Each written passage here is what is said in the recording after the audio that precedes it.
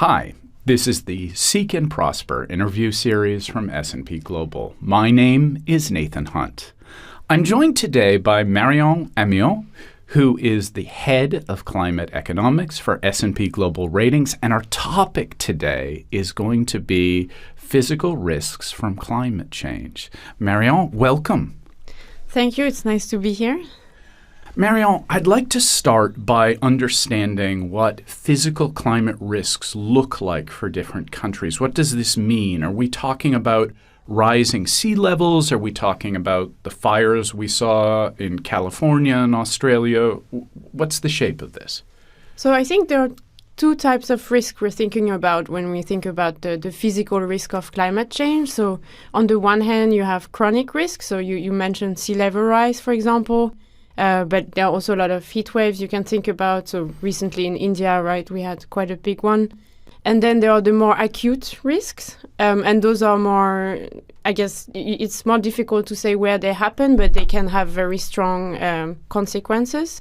So those would be things like storms, water stress, floods, and wildfires, as you mentioned. And also droughts, I should add. You and your team have recently completed an analysis of physical climate risks for 135 countries over the next 30 years.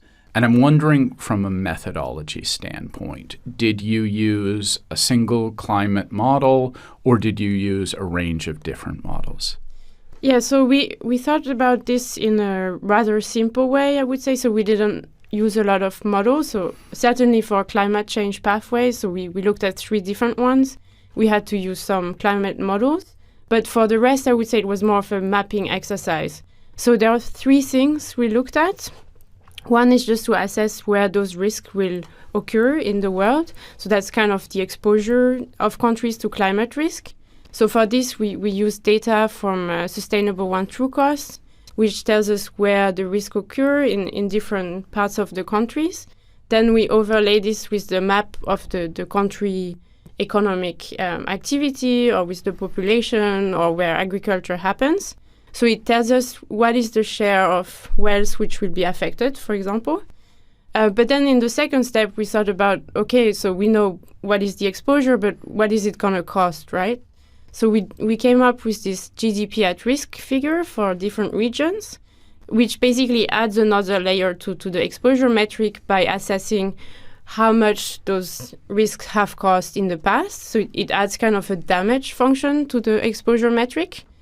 But then again, even though we think about the risk, where they occur and how much it might cost, there's still a lot of time until this happens, right? Because we were looking out to 2050.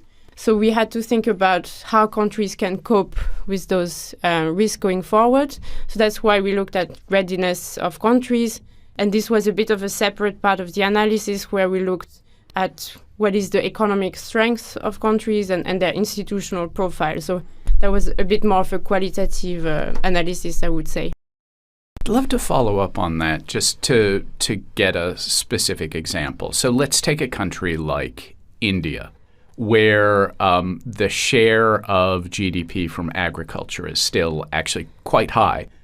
When you were looking at the physical risk from climate, and you were looking at the effects of climate in India based on the models you got from TrueCost, the mapping exercise, did the share of GDP from agriculture and the likely effects on agriculture, is that how you would weight things? So that's a good question. So the agriculture part of the country, we thought it will be mainly affected by droughts. So that's how we would link the two. But for heat waves, for example, we thought the most affected are just the people. So that's why we map it to the population. And then for the more acute risk like floods and storms or wildfire, it's more difficult to pinpoint who is affected. So for those, we just took the whole GDP of the country to map it basically to the risk. That's fascinating. So a further question on that. When you were mapping heat wave risk to a general population, how do you even assess the effect on GDP for that? So that was a difficult one, I would say. But so we relied on a study from the World Bank, which tried to quantify what temperature increases tend to cost for countries. And they specifically look at labor productivity. So that's how we related it to the losses you can think about on the economic front. Because I guess as it gets hotter, especially if you're working outside, you can't really do anything. So we found in this study specifically, they said that the agricultural or construction sectors are the most affected, whereas if you think of services, so those would be kind of office workers, they can have access to AC, so they can still function. So usually labor productivity there is less affected. And so that was quite interesting because there also the way that the economy is set up in a country matters, because if you are a country where a lot of the output is agriculture, you'll be much more affected by heat waves just because people are working outside, right? So you and your fellow researchers looked at a range of different pathways, Paris-aligned, sort of current policies, and then something I'll call do nothing, which is essentially no one does anything. What kind of impact would we expect to see under each of those pathways? So I guess the first finding, but we probably all know this, is the hotter it gets, the worse off we will be. And actually, of the three scenarios, it's only the scenario where we are aligned to the Paris Agreement that there is not a lot of increase in those physical risks of climate change.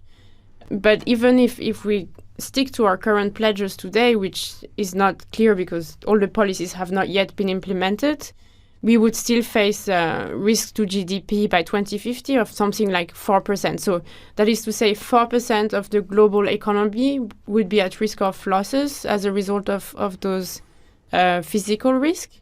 And I mean, you might think, okay, 4%, it's not that much. But actually, if you think about COVID-19 in 2020, we saw a drop of GDP globally of 3.4%. So we're talking about a bigger number, actually. And we know COVID-19 was not nothing, right?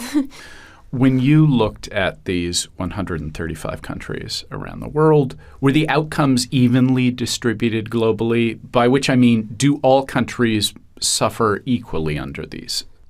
So the simple answer is not at all. So actually, that was quite a striking finding for myself. Is just the scale of the challenge is very different across the world. So you kind of have this geographical split in a way. So usually it's countries around the equator or small island states which are more affected by those risks.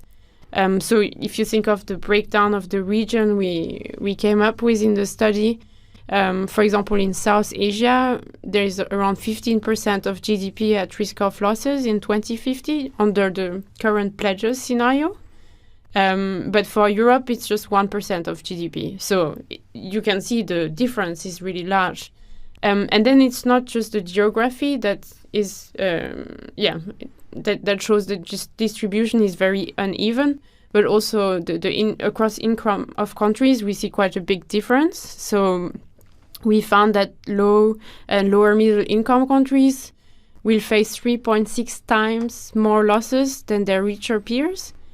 And actually, those are the countries which have done little to contribute to climate change because they're not responsible for most of the emissions. But yet, at the end of the day, they are more exposed, and they're also the least ready to face those risks because they don't have the same economic capacity to respond, and often their institutions are a bit weaker. So that was quite a big finding in the analysis, I thought. What were you hoping to accomplish with the analysis? No one likes delivering bad news, particularly not to 135 countries. So what good can come out of this type of analysis? So, it's not really about bad news, I would say. It's more about making those risks tangible because we know climate change is happening, but we don't really know well what it means. So also today we speak a lot about the transition to net zero because that's easier to grasp. Like we know which policies we would need, like a carbon price or things like this.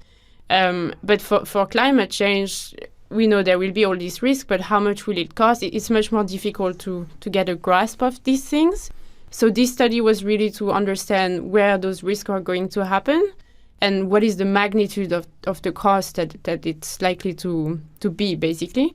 And yeah, it's just a scenario, right? At the end of the day, it helps you inform your understanding of these issues. As I said before, there are a lot of uncertainties around the analysis, but it's a good way, I think, to make this problem tangible in the first place. Beyond decarbonization, what can be done to ameliorate these economic impacts under the different pathways? So obviously, the less warming we will have, the easier it will be for countries to adapt because the risk will come more gradually. But yeah, you can think of a few things. So, for example, sea level rise. If we look at the Netherlands, we know they have flood defenses in place, so that there's a way to face those risks. Or things like typhoons are very common in Asia Pacific already. But if you look at Hong Kong or Japan, it's not really impacting the economy that much. So there is a way to make your country stronger to face those risks. But again, I think the issue for many of the vulnerable countries is that they don't necessarily have the financial capacity to do so. So there is probably a need for international support to help those countries which are more vulnerable to face those. Climate analysis has been getting some bad press lately, and I'm specifically referring to in the United States, where it's considered ideological and different from traditional financial metrics. So just to clarify, is S&P Global using your analysis, this most recent analysis, to recalibrate sovereign credit ratings? So we've always looked at ESG factors within the ratings. I mean, what we are doing now is more trying to be transparent about those indicators. And in this specific case, it was more of a scenario analysis. So it's to inform our view on those risks, but it's not something that will trigger any downgrades or anything like this. Because, I mean, we're also looking out to 2050. So there's a lot that can happen in between. So it wouldn't really be fair to say, based on a scenario which has a lot of uncertainties around it, we act on this to change our rating. So I would say it's more to inform our thinking and understand what countries may face in the future with regards to climate change. Marion, I'm going to leave it there for today. Thank you so much for joining me. Thank you for having me here. It was great. And thank you to all of you for joining us on this Seek and Prosper interview series.